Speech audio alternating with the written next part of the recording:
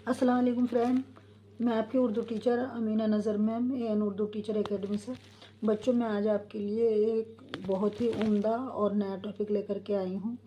जो हमारे दो चो मायने 4 हर्फ वाले जो अल्फाज होते हैं, उनमें अगर हम 2 हर्फी अल्फाज और मिला लें, उसको आसानी से किस तरह से हम लिख सकते हैं और एक नया अल्फाज बना सकते हैं, आज मैं ये आपको बताने वाली हूँ।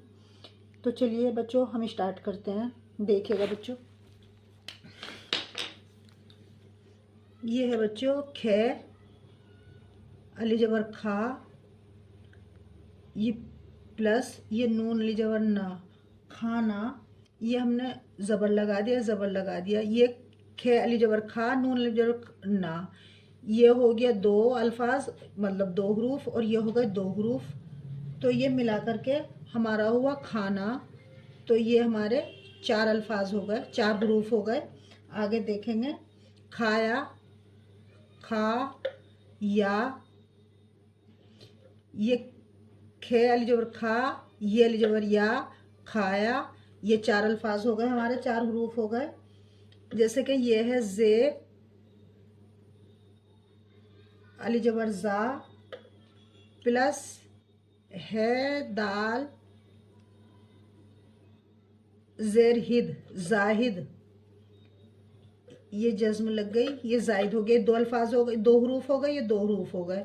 तो ये मिलाकर के हुआ जाहिद, यानी कि एक नाम जाहिद।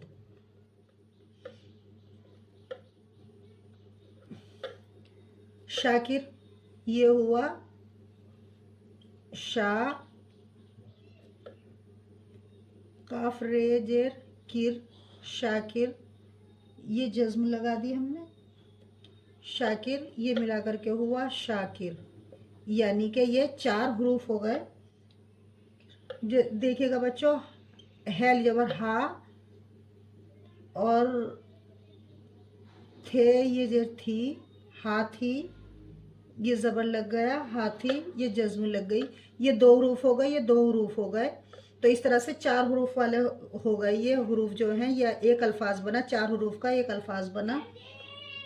जैसे कि हम एक वाक्य, एक सेंटेंस लिख देती हूँ मैं, जाहिद की, जाहिद, जाहिद की शादी थी, शादी, शादी थी।